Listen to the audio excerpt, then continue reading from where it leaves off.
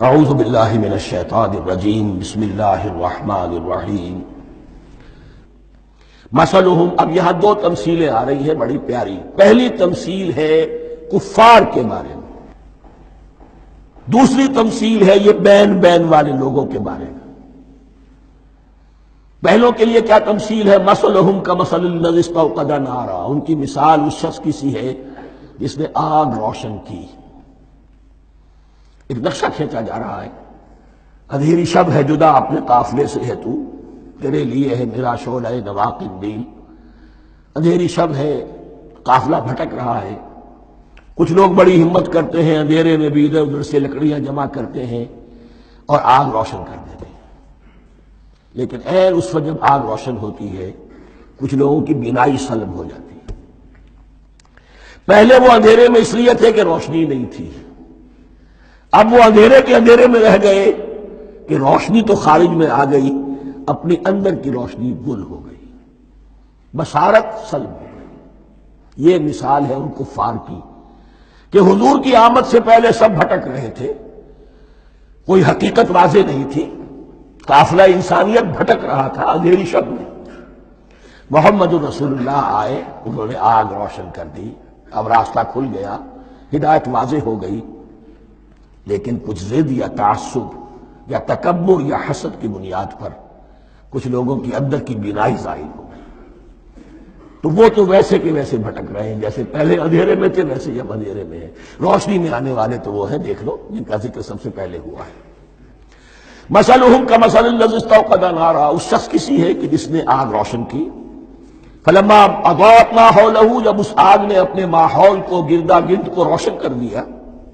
ذهب اللہ بنورہم، اللہ ان کی نور بصارت کو لے گیا، سلب کر لیا اللہ نے.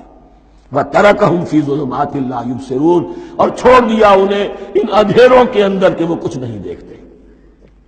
صم بکم عمی فہم لا یرجعون. اسم کہتے ہیں بہرے کو، سم جمع ہے اس کی، سم. اب کمو کہتے ہیں گونگے کو، بکمن اس کی جمع ہے. آما کہتے ہیں اندھے کو، عمیٌ اس کی جمع ہے. یہ بہرے ہیں، گونگے ہیں، اندھے ہیں. فہم لا یرجعون، اب یہ لوٹنے والے نہیں. یہ کون ہے؟ ابو جہل ہے، ابو لہب ہے، ولید بن مغیرہ ہے، عقبہ ابن ابی معیط ہے. یہ سب کے سب ابھی زندہ ہے جب یہ آیات نازل ہو رہی ہیں. ابھی تو غزوہ بدر ہوگا سن 2 ہجری میں، اور اس میں یہ سب جو ہے واصل جہنم ہوں گے. ابھی تک تو ہے نا. یہ لوگ ہو گئے اس کی مثال. وَمَثَلُهُمْ كَمَثَلِ الَّذِي اسْتَوْقَدَ نَارًا فَلَمَّا أَضَاءَتْ مَا حَوْلَهُ ذَهَبَ اللَّهُ بِنُورِهِمْ وَتَرَكَهُمْ فِي ظُلُمَاتٍ لَا يُبْصِرُونَ صُمٌّ بُكْمٌ عُمْيٌ فَهُمْ لَا يَرْجِعُونَ. اب دوسری مثال. أَوْ كَصَيِّبٍ مِّنَ السَّمَاءِ، یا بڑی زور کی بارش برس رہی ہے آسمان سے. فِيهِ ظُلُمَاتٌ، اس میں اندھیرے بھی ہیں، وَرَعْدٌ اور گرج ہے، وَبَرْقٌ اور بجلی چمک رہی ہے. یجعلون اصابعهم فی آذانهم من الصواعق حذر الموت.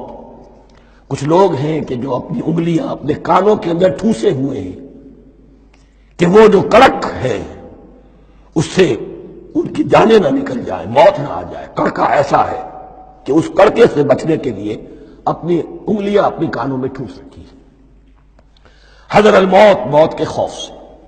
واللہ محیط بالکافرین، اللہ ایسے کافروں کا احاطہ کیے ہوئے ہیں، بچ کر کہاں جائیں گے. یکاد البرق یخطف ابصارہم، قریب ہے کہ بجلی ان کی نگاہوں کو لے جائے، ان کی بینائی کو سلب کر لے. کلما اضاء لہم، لیکن ہوتا کیا ہے، جب ذرا روشنی ہوئی تو چل لیے. مشوا فیہ، بجلی چمکی، کچھ نظر آ گیا دائیں بائیں تو کچھ تھوڑا سا چل لیے. وَإِذَا أَظْلَمَ عَلَيْهِمْ، اور جب تاریکی ان پر طاری ہو گئی، قاموا، کھڑے کے کھڑے رہ گئے.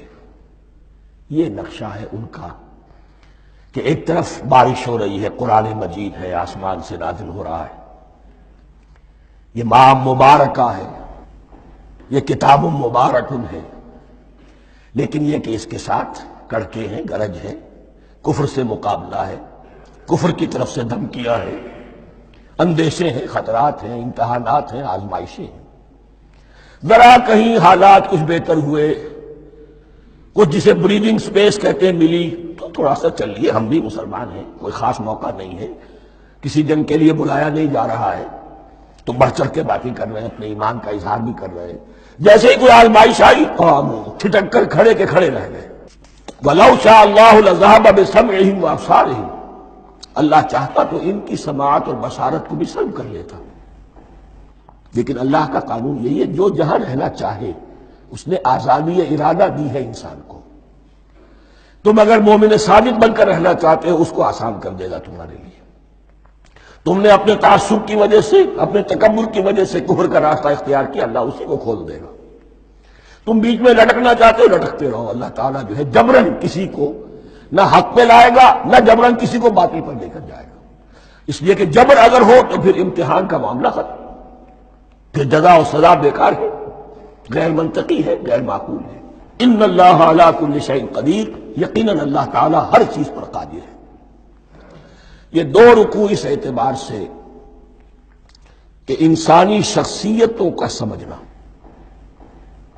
اور جیسا کہ میں نے عرض کیا، تعویل عام ذہن میں رکھیے، جب بھی کبھی کوئی دعوت حق اٹھے گی، اگر وہ واقعتاً کل کے کل حق کی دعوت ہے اور اس میں انقلابی رنگ ہے کہ باطل سے پنجہ آزمائی کرنی ہے، باطل کو نیچا دکھانا ہے، حق کا غلبہ کرنا ہے، تو یہ تین قسم کے افراد لازماً ہمیشہ وجود میں آ جائیں۔